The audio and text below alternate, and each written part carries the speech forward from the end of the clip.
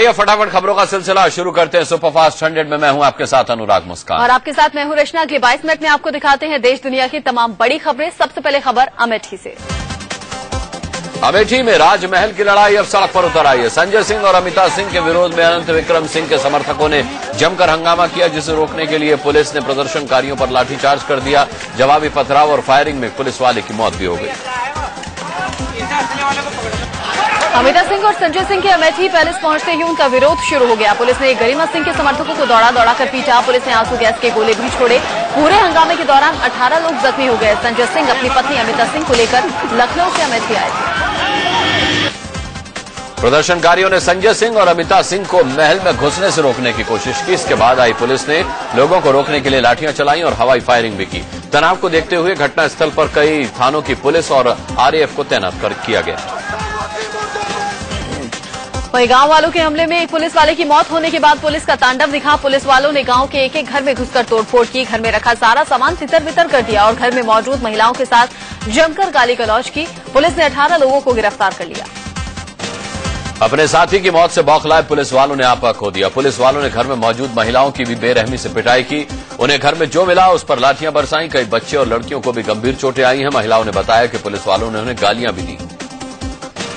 Police ने media को भी नहीं छोड़ा। पुलिस ने कई पत्रकारों के कैमरे तोड़ दिए। वहीं डीएम ने कहा हमले में सिपाही की मौत दुर्भाग्यपूर्ण है। सीएम अखिलेश यादव ने मृतक सिपाही के परिवार को 20 लाख रुपए की आर्थिक सहायता का ऐलान किया। संजय सिंह और अमिता सिंह कांग्रेस के बड़े नेता हैं। दरअसल ये पूरा विवाद करोड़ों की संपत्ति को लेकर है। दोनों गुटों में महल के मालिकाना हक को लेकर लड़ाई चल रही है। इसी को लेकर दोनों गुट आपस में भिड़ गए। उन्नाव से बीजेपी सांसद साक्षी महाराज ने लव जिहाद को लेकर विवादित बयान दिया है। उन्होंने कहा कि अलग अलग धर्म की लड़कियों को फंसाकर शादी करने के अलग अलग रेट तय हैं। सरदार की लड़की को जाल में फंसाओगे 11 लाख रुपया, हिंदू की लड़की को फंसाओगे 10 लाख रुपया, अगर पंजाब की लड़की को फंसाएंगे 9 लाख रुपया। ऐसे उनके रेट फिक्स हैं। अगर जैन की लड़की को फंसाएंगे तो 8 लाख रुपया। साक्षी महाराज ने यह भी कहा कि लव जिहाद के लिए अरब देशों से फंडिंग की जा रही है। उन्होंने कहा कि पहचान बदलकर शादी करने के लिए मुस्लिम लड़कों को भारी रकम दी जाती है। मुस्लिम लड़के अपना नाम बदल करके, रूप बदल करके, हिंदू का परिवेश बना करके हिंदुओं की लड़कियों को अपने प्रेम जाल में फंसाते हैं। इसके लिए अरब कंट्रीज से पैसा आता है। केंद्रीय गृह मंत्री राजनाथ सिंह जहां लव जिहाद से ही अनजान दिखे, वहीं उनकी ही पार्टी के सांसद साक्षी महाराज ने कहा कि लव जिहाद बड़ी समस्या है जिस पर रोक जरूरी है। उन लड़के लड़कियों से होने वाली औलाद उन्हें पढ़ाते लिखाते नहीं, वो होने वाली औलाद को तुरंत ही आतंकवादी बनाने की शिक्षा दे दी जाती है। मानी हमारी तलवार से हमारी गर्दन काटने का प्रयास किया जाता है। इसलिए हमने इसको बंद करने का आह्वान किया है। बीजेपी सांसद साक्षी महाराज ने मदरसों को लेकर भी विवादित बयान दिया और कहा कि यहां आतंकवाद की शिक्षा दी जाती है। उन्होंने पूछा कि मदरसों में तिरंगा क्यों नहीं फहराया जाता। मदरसों में राष्ट्रीयता की शिक्षा नहीं दी जाती है, आतंकवाद की शिक्षा दी जाती है। केवल उनको वो कुरान तिरंगा क्यों नहीं फहराया जाता। मदरसों में राष्ट्रीयता की शिक्षा नहीं दी जाती है, आतंकवाद की शिक्षा दी जाती है। केवल उनको वो कुरान की शिक्षा दे करके और आतंकवादी बनाना, जिहादी बनाना, ये राष्ट्र के हित में नहीं है। मुझे आप एक मदरसा बता दिए सिंगल जिसमें 15 अगस्त 26 जनवरी को तिरंगा फहराया जाता हो। कांग्रेस प्रवक्ता राशिद अल्वी ने साक्षी महाराज के बयान पर पलटवार किया। उन्होंने कहा कि साक्षी महाराज पहले मदरसे में दाखिला लें, फिर उन्हें समझ आएगा कि वो वहां क्या पढ़ाई होती है। साक्षी महाराज जब समाजवादी पार्टी में थे तब वो मदरसों की बात करते थे। आज मदरसों की मुखालफत कर रहे हैं। उन्हें चाहिए कि कुछ दिन जाके किसी मदरसे में दाखिला लें, पढ़ें और देखें कि वहाँ पे क्या होता है। ये कहना कि वहाँ आतंक सिखाया जाता है, इस बयान की मैं निंदा करता हूँ। केंद्रीय मंत्री मेनका गांधी ने कहा है कि अवैध कसाई खानों की कमाई से आतंकवादियों के पास पैसा जा रहा है और इसी पैसे से बम बनाकर ब्लास्ट किया जाता है। जो भी जानवर इलीगल स्लॉटर के लिए जा रहा है, वो जो पैसा कमाया जा रहा है, it is going into terrorism, it is going into the bombs that fall on us, it is going into killing us alone. आज जम्मू कश्मीर में बारिश ने सेना के ऑपरेशन को कई घंटे तक रोके रखा। सुबह से हुई बारिश की वजह से हेलीकॉप्टर उड़ान नहीं भर पाए, जो कि लोग जहां पर फंसे हुए थे उन्हें निकाला नहीं जा सका। जम्मू कश्मीर में बाढ़ से मरने वालों का आंकड़ा 250 के पार पहुंच गया। रेस्क्यू ऑपरेशन के जरिए अब तक करीब 1.5 लाख लोगों को बचाकर सुरक्षित जगह पहुंचाया जा चुका है, जबकि अभी भी इससे ज्यादा लोग बाढ़ के बीच फंसे हुए हैं। श्रीनगर में बाढ़ से हालात अभी भी गंभीर बने हुए हैं। रेडियो कॉलोनी इलाके में अभी भी कई फीट तक बाढ़ का पानी भरा हुआ है। दर्जनों गाड़ियां बाढ़ के पानी में डूबी हुई हैं। श्रीनगर के राजबाग इलाके में भी सैलाब ने भारी तबाही मचाई है। यहां बाढ़ से दर्जनों मकान जमींदोज हो गए हैं और कई मकानों के धराशायी होने का खतरा है। बाढ़ के पानी से मकानों की नींव कमजोर हो रही है। श्रीनगर में सैकड़ों बेघर लोग सड़क पर आ गए हैं। राजभवन के सामने सड़क किनारे लोगों ने अपना सामान रखा हुआ है और ये सुरक्षित जगहों पर ले जाने के लिए अपनी बारी का इंतजार कर रहे हैं। रेस्क्यू टीमें इन्हें सुरक्षित जगह पहुंचाएंगी। श्रीनगर के कई इलाकों में अभी भी हजारों लोग बाढ़ के बीच घरों में फंसे हुए हैं। सेना का रेस्क्यू ऑपरेशन जारी है। जवान घरों में फंसे लोगों को पानी और खाने पीने का सामान पहुंचा रहे हैं। घरों के बाहर 8 से 10 फीट तक पानी भरा हुआ है। श्रीनगर में बाढ़ के बीच घरों में फंसे कई लोगों को सेना के जवानों ने खिड़कियों के बाहर निकालकर सुरक्षित जगहों तक पहुंचाया। इनका आधा घर बाढ़ के पानी में डूबा हुआ है। घरों के अंदर ये लोग दहशत में दिन गुजार रहे हैं। श्रीनगर के एक इलाके में कुछ लड़कियां और लोग बाढ़ से घिरे घर में भूख से बेहाल थे, जिन पर अचानक रेस्क्यू टीम की नजर पड़ी। जवानों ने सीढ़ी लगाकर इन लोगों तक पानी और खाने पीने का सामान पहुंचाया। बाढ़ ने जम्मू बॉर्डर पर तैनात जवानों की मुश्किलें भी बढ़ा दी हैं। सीमा की सुरक्षा के लिए मुस्तैदी से तैनात ये जवान दिन रात इलाके पर पैनी नजर बनाए हुए हैं। कुछ दिन पहले कई बीएसएफ चौकियों को पाकिस्तान ने निशाना बनाया था। सीमा पर ताराबंदी टूटने से बीएसएफ जवानों की दिक्कतें बढ़ गई हैं। पूरे इलाके में पानी भरा हुआ है। जवानों को बाढ़ के पानी और दलदल के बीच गश्त लगानी पड़ रही है। दुश्मन हालात का फायदा न उठाए, इसके लिए जवानों ने गश्त बढ़ा दी है। जम्मू कश्मीर में फंसे केरल के कई पर्यटक सुरक्षित लौट आए हैं। दिल्ली एयरपोर्ट पहुंचने पर इन सैलानियों ने खुशी का इजहार किया। कश्मीर में आई त्रासदी से बचकर कई लोग घर लौट रहे हैं। हरियाणा के यमुनानगर से 3 परिवार सुरक्षित घर लौटे। यूपी के जौनपुर के 10 लड़के श्रीनगर से सकुशल लौटे। वहीं उदयपुर की इंजीनियरिंग की छात्रा भी सुरक्षित घर लौट आई। दिल्ली बीजेपी ने राहत सामग्री से भरे ट्रक जम्मू कश्मीर के लिए रवाना किए। इन ट्रकों में बाढ़ पीड़ितों के लिए खाने पीने का सामान और दवाइयां हैं। दिल्ली से ट्रक रवाना करते हुए प्रदेश अध्यक्ष सतीश उपाध्याय समेत कई कार्यकर्ता मौजूद थे। जम्मू कश्मीर के बाढ़ पीड़ितों की मदद के लिए दिल्ली में जेएमआई स्टूडेंट यूनियन ने राहत कैंप लगाकर लोगों से दवाइयां, कंबल, गर्म कपड़े दान देने की अपील की। जामा मस्जिद के बाहर 3 दिन से ये कैंप लगेगा। तबाही के चलते जम्मू कश्मीर की अर्थव्यवस्था को करीब 5,500 करोड़ के नुकसान का अनुमान है। बारिश और बाढ़ की त्रासदी को लेकर कश्मीर में हजारों करोड़ के इस नुकसान का आकलन एसोचैम ने किया है। आतंकी हाफिज सईद पाकिस्तान में खुलेआम घूम रहा है। पाक अधिकृत कश्मीर में बाढ़ पीड़ितों को राहत सामग्री बांटते हुए उसकी तस्वीरें सामने आई हैं। इससे पहले भी वो भारतीय सीमा के पास देखा जा चुका है। दिल्ली के जवाहरलाल नेहरू यूनिवर्सिटी में हुए स्टूडेंट्स यूनियन के चुनावों में ऑल इंडिया स्टूडेंट्स यूनियन आयसा ने जीत का परचम लहराया। आयसा के उम्मीदवारों ने 4 सीटें जीतकर लगातार दूसरे साल क्लीन स्वीप किया। जेएनयू में अध्यक्ष पद पर आयसा के आशुतोष कुमार ने जीत हासिल की है, जबकि उपाध्यक्ष पद पर अनंत प्रकाश ने बाजी मारी है। वहीं सचिव के पद पर चिंटू कुमारी जीती हैं, जबकि संयुक्त सचिव के पद पर शफाकत हुसैन विजयी रहे।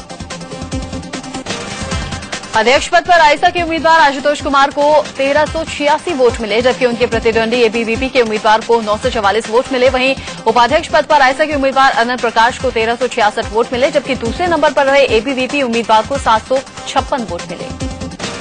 सचिव पद पर आयसा की चिंटू कुमारी को 1605, जबकि दूसरे नंबर पर एबीवीपी के उम्मीदवार को 791 वोट मिले। संयुक्त सचिव के पद पर आयसा के उम्मीदवार शफाकत हुसैन को 1209 वोट हासिल हुए। महाराष्ट्र में शिवसेना बीजेपी के 25 साल की गठबंधन पर तलवार लटकने लगी है। सीटों को लेकर दोनों पार्टियों में गतिरोध बरकरार है। आलम यह है कि बीजेपी के साथ सीटों पर तालमेल के लिए होने वाली आज की बैठक शिवसेना ने रद्द कर दी।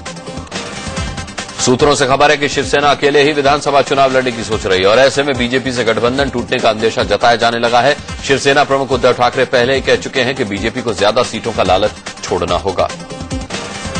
बीजेपी शिवसेना के बीच में मुख्यमंत्री पद को लेकर भी तकरार है। उद्धव ठाकरे ने पहले ही खुद को सीएम के तौर पर प्रोजेक्ट कर दिया है और पार्टी भी कह रही है कि सीएम तो शिवसेना का ही होगा और मुख्यमंत्री शिवसेना का ही बनेगा।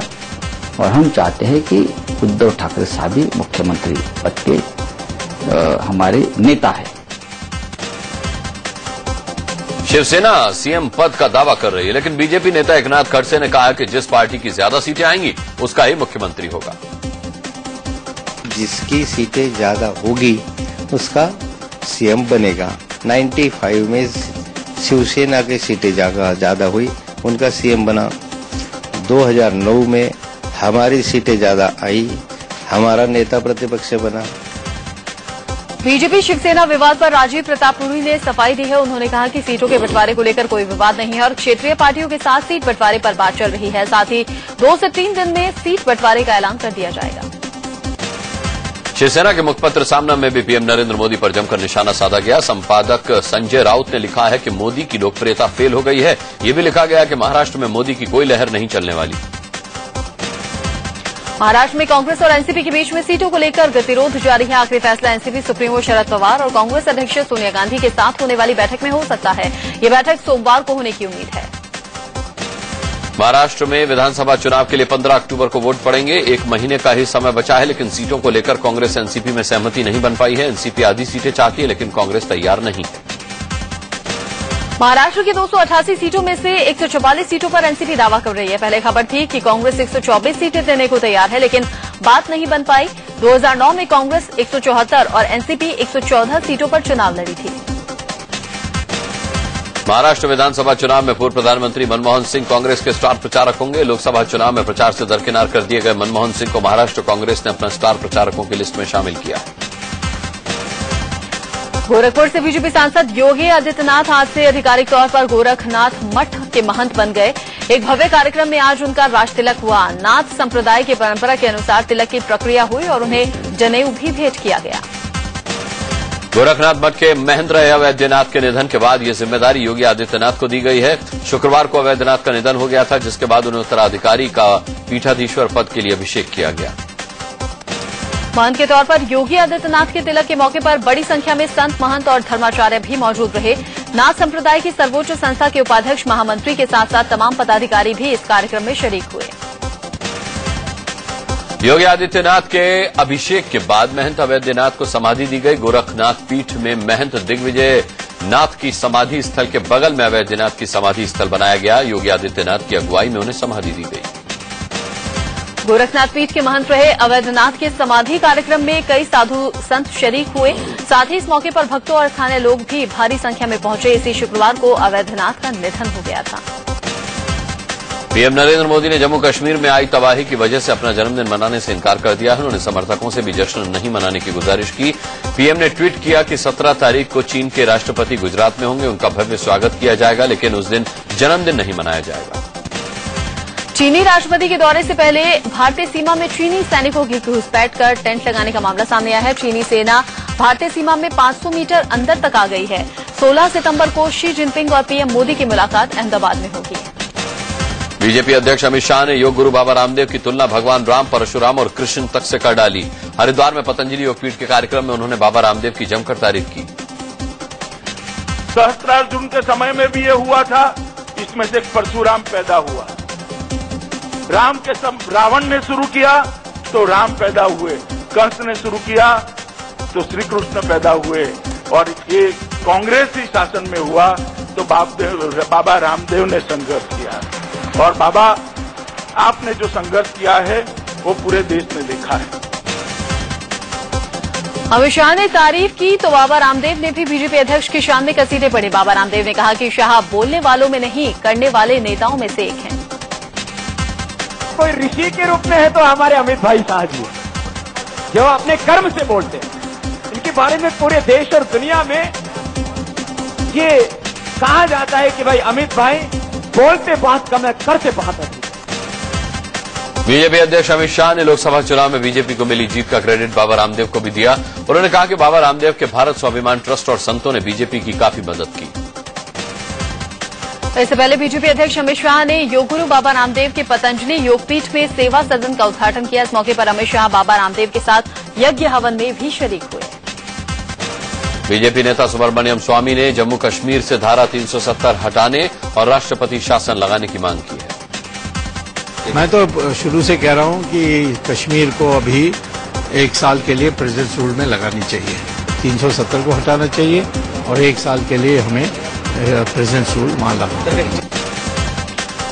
हिंदी दिवस के मौके पर केंद्रीय गृह मंत्री राजनाथ सिंह ने कहा कि पीएम नरेंद्र मोदी संयुक्त राष्ट्र में वाजपेयी की तरह हिंदी में भाषण देंगे। राजनाथ ने लोगों से राजभाषा हिंदी के प्रचार प्रसार और प्रयोग को बढ़ावा देने की अपील भी की। हिंदी दिवस के मौके पर राष्ट्रपति प्रणब मुखर्जी ने दिल्ली में एक सभा को संबोधित करते हुए हिंदी भाषा के प्रचार प्रसार पर जोर दिया। उन्होंने कहा कि देश के विकास के लिए कामकाज में हिंदी को बढ़ावा दिया जाना चाहिए। केंद्रीय सूचना आयोग ने बीजेपी अध्यक्ष अमित शाह और कांग्रेस अध्यक्ष सोनिया गांधी को नोटिस जारी किया है। राजनीतिक दलों को आरटीआई के दायरे में लाने के आदेश को पालन नहीं करने के चलते 4 हफ्ते में इनसे जवाब मांगा गया है। दरअसल सूचना आयोग ने राष्ट्रीय पार्टियों BJP, Congress, NCP, CPI, CPM और बीएसपी को पब्लिक अथॉरिटी माना था और कहा था कि ये पार्टियां आरटीआई के दायरे में आती हैं, लेकिन इन दलों ने सूचना आयोग के निर्देश का पालन ही नहीं किया। आरएलडी सुप्रीमो और पूर्व केंद्रीय मंत्री अजय सिंह ने दिल्ली में अपना सरकारी बंगला खाली कर दिया है। कल सरकार के आदेश के बाद एनडीएमसी ने बंगले का बिजली पानी का कनेक्शन काट दिया था। यूपी के संभल में बीजेपी कार्यकर्ताओं ने अपने सांसद सत्यपाल सैनी के लिए बुद्धिशुद्धि यज्ञ किया। महिला कार्यकर्ताओं का कहना है कि सांसद अपने इलाके में बिल्कुल भी वक्त नहीं बिताते। सांसद पर संसदीय क्षेत्र की अनदेखी का आरोप लगाया गया। बीएसपी सुप्रीमो मायावती ने संगठन में बड़ा फेरबदल किया है। मायावती ने सभी जिला और लोकसभा कमेटियां भंग कर नया जोनल सिस्टम लागू किया है। 2 मंडलों को मिलाकर एक जोन बनाया गया है। यूपी के बलिया में बीजेपी विधायक उपेंद्र तिवारी ने सड़कों की खस्ता हाल देखकर विरोध बतौर खुद फावड़ा चलाकर सिर पर बोझा ढोया। उन्होंने कैबिनेट मंत्री अंबिका चौधरी पर क्षेत्र की अनदेखी का आरोप लगाया। यूपी के बिजनौर में एक घर में हुए ब्लास्ट में आतंकी संगठन सिमी का हाथ सामने आया है। जांच में पता चला है कि एमपी की खंडवा जेल से भागे सिमी आतंकी बिजनौर के जाटौन में बम बना रहे थे, तभी धमाका हो गया। पुलिस को सीसीटीवी फुटेज हाथ लगाए जिसमें आतंकी दिखे हैं। सीसीटीवी फुटेज में घायल आतंकी को ले जाने की तस्वीरें भी कैद हैं। आतंकियों की संख्या 6 बताई जा रही है, जिनकी तलाश एटीएस और एसटीएफ की टीमें कर रही हैं। आतंकियों की खोजबीन के लिए पुलिस ने इलाके में अभियान चला रखा है। आतंकियों की तस्वीर के साथ पुलिस की 48 सर्च टीम जुटी हुई है। शहर को 4 हिस्सों में बांटकर आतंकियों की खोज हो रही है। दिल्ली में नशे में धुत एक ड्राइवर के कहर से पुलिस वाले बाल बचे। प्रगति मैदान के गेट नंबर 1 के सामने तेज रफ्तार बेकाबू कार बैरिकेड को तोड़ते हुए आगे निकल गई। कार की रफ्तार इतनी तेज थी कि वो बैरिकेड को 50 मीटर तक घसीटते हुए ले गई। कार का अगला हिस्सा बुरी तरह से क्षतिग्रस्त हो गया। बैरिकेड पर चेकिंग कर रहे जवान इस हादसे में बाल बच गए। मुंबई के सीएसटी रेलवे स्टेशन पर लोकल ट्रेन के 2 डिब्बे पटरी से उतर गए। हादसे के बाद प्लेटफॉर्म नंबर 1 और 2 पर ट्रेनों की आवाजाही बंद कर दी गई। यूपी के संभल में चाचा भतीजा की गोली मारकर हत्या कर दी गई।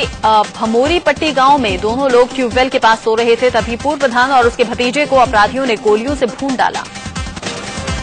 पूर्व प्रधान और उसके भतीजे की हत्या से पूरे इलाके में हड़कंप मच गया। हत्या के पीछे सियासी रंजिश भी बताई जा रही है। पुलिस मामले की जांच में जुटी है। यूपी के गोंडा में पावर प्लांट के इंजीनियर की पत्नी की हत्या से सनसनी फैल गई। पावर प्लांट के डिप्टी मैनेजर पर हत्या का शक जताया जा रहा है।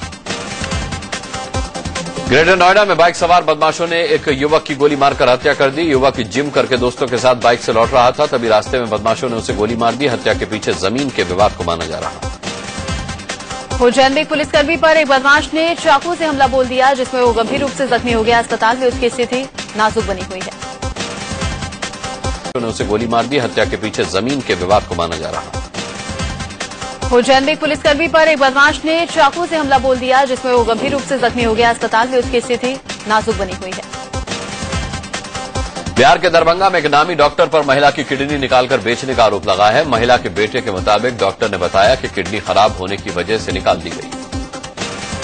इलाहाबाद में डॉक्टर्स की हड़ताल की वजह से लोगों को परेशानी का सामना करना पड़ा। शहर में बढ़ती आपराधिक वारदातों और हाल ही में एक अस्पताल पर बम से किए गए हमले के विरोध में डॉक्टर्स ने हड़ताल की। हरियाणा के रेवाड़ी में आग लगने से पीएनबी बैंक की शाखा में करोड़ों की नकदी खाक हो गई। साथ ही जेवरात और दस्तावेज भी जल गए। आग में दम घुटने से बैंक में तैनात सिपाही की भी मौत हो गई। हरियाणा में चुनावी सरगर्मी के बीच में शराब और वोट का खेल शुरू हो गया है। गुड़गांव में पुलिस ने 3000 बोतल शराब जब्त की। पुलिस की भनक लगते ही शराब सप्लाई करने वाले फरार हो गए। बिहार के दरभंगा में प्रसाद खाने से बीमार हुए एक युवक की मौत हो गई। जहरीला प्रसाद खाने से 100 लोग बीमार पड़ गए। इनमें से 60 से ज्यादा लोगों का अस्पताल में इलाज चल रहा है। यूपी के सुल्तानपुर में मिड डे मील में गड़बड़ी को लेकर सैकड़ों गांव वालों ने 4 घंटे तक हाईवे जाम कर हंगामा किया। मिड डे मील खाने से दर्जनों बच्चों की तबीयत खराब हो गई। बच्चों की तबीयत बिगड़ने पर परिजन बौखला गए। यूपी के सरथाना से विधायक और बीजेपी नेता संगीत सोम ने राजस्थान के सालासर बालाजी मंदिर में मत्था टेका। सोम ने कहा कि चूरू के इस प्रसिद्ध मंदिर में उन्होंने देश में सुख शांति की दुआ मांगी। भारतीय गौ क्रांति मंच ने चंडीगढ़ में जन जागरण रैली निकालकर सभा का आयोजन किया। इस मौके पर जुटे लोगों ने गाय को राष्ट्रमाता घोषित करने की मांग की।